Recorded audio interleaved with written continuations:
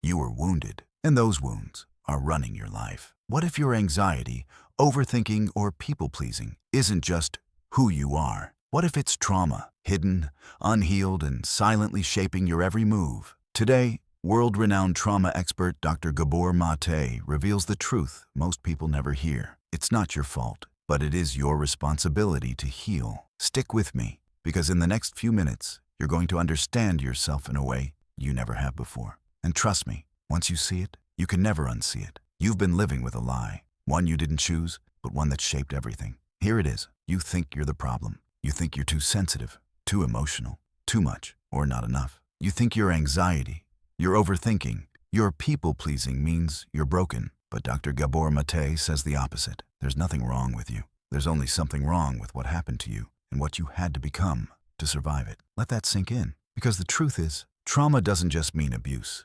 violence, or war. It also means growing up feeling unseen, unheard, or unsafe. It means being loved conditionally, only when you behave, succeed, stay quiet, or make others happy. And here's the twist. Even if your childhood looked normal on the surface, if your emotional needs weren't met, you were wounded, not by cruelty, but by absence. The absence of safety, the absence of unconditional acceptance, the absence of being truly seen for who you are. And that absence created a wound, one that still echoes in your thoughts, your choices, your relationships. But now you're waking up, and for the first time, you get to choose healing over hiding. Here's the hardest truth of all. What you call your personality might just be your trauma in disguise. Let me explain. Do you constantly feel like you have to prove yourself at work, in relationships, even to yourself? Do you panic when others are upset with you or obsess over getting things just right? Do you shut down under stress or lash out and then regret it? None of this means you're crazy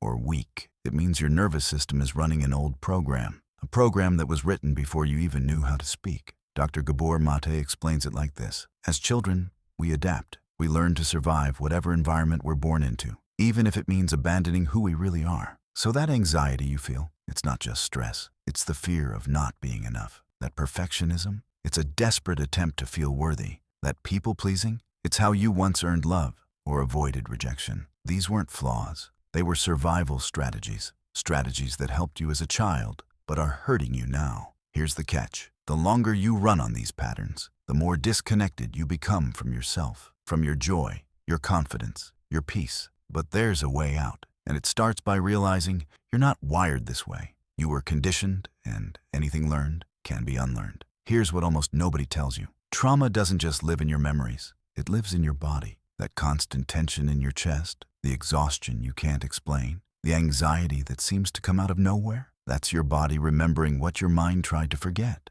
Dr. Gabor Maté reveals something groundbreaking and terrifying. Trauma shows up in your immune system, your hormones, even your genes. It's not just emotional, it's physical. Here's how it works. When you experience trauma, especially in childhood, your body floods with stress hormones like cortisol and adrenaline. At the time, it helps you survive. But when that stress never turns off, your body stays in fight or flight 24/7. Over time, this toxic stress causes real, measurable damage. Increased inflammation, which can lead to autoimmune diseases. Disrupted hormone balance, leading to anxiety, depression, and burnout. Altered gene expression.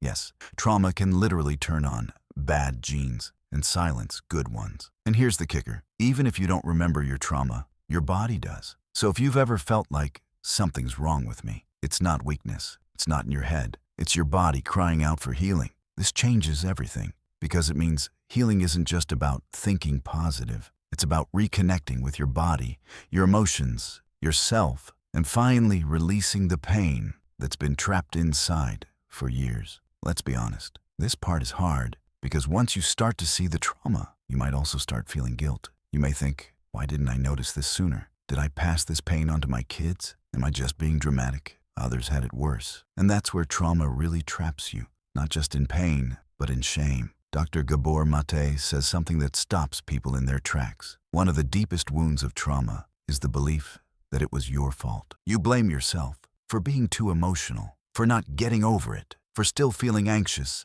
angry, or numb. But here's the truth. You didn't choose to be wounded. You adapted. You survived. You did what you had to do at a time when you had no other choice. And here's the most important part. Healing begins the moment you realize it was never your fault, but it is your opportunity, not to blame, not to shame, but to understand. You see, trauma often gets passed from one generation to the next, not because anyone's bad, but because pain that's not healed gets transmitted. And it's often the one who becomes aware, the one who's watching videos like this, who has the power to break the cycle. That's you. And it doesn't start with fixing everything. It starts with compassion for yourself. Because if you're carrying pain, you don't need more judgment. You need gentle curiosity. Ask, what happened to me that made me feel this way? And how can I now give myself the love, safety, and understanding I never got? That's not weakness. That's healing. And it starts now. So now you know you're not broken. You're not too much or not enough. You're carrying pain, and it's not your fault. But here's the shift that can change everything.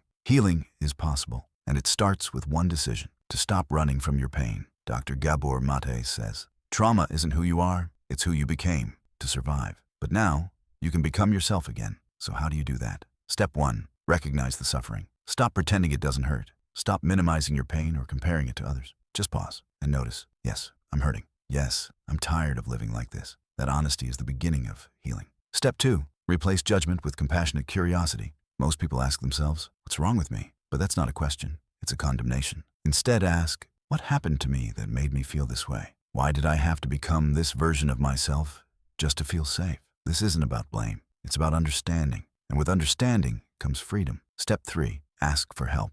Here's the secret. You were born knowing how to ask for help. But somewhere along the way, life taught you that it wasn't safe, that you had to do it alone. You don't. Whether it's a therapist, a friend, a support group, or even videos like this, help is everywhere. And reaching out doesn't make you weak. It means you're ready to heal. You've spent your life surviving. Now it's time to live, to come back home to yourself. Because you deserve peace, you deserve joy, and yes, you deserve to heal. Let me leave you with this. For years, maybe your whole life, you've been running on autopilot, reacting instead of choosing, surviving instead of living. But today, something changed. You didn't just watch a video. You woke up to the truth of your pain, to the truth of your power. Dr. Gabor Maté said it best. You are not damaged goods. You are a human being who adapted to pain. But now you can choose freedom. So here's your invitation. Take the first step. Pause, breathe, and choose you, your healing, your peace, your future. Because freedom isn't found by pretending the past didn't happen.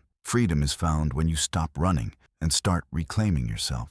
And the best part? You don't have to do it alone. Share your thoughts below. What part of this hit you hardest? Let's support each other in this healing journey. Subscribe if you want more content that helps you transform your mind, your life, and your relationships. Watch next, how to rewire your mind and heal from the past. I'll see you there.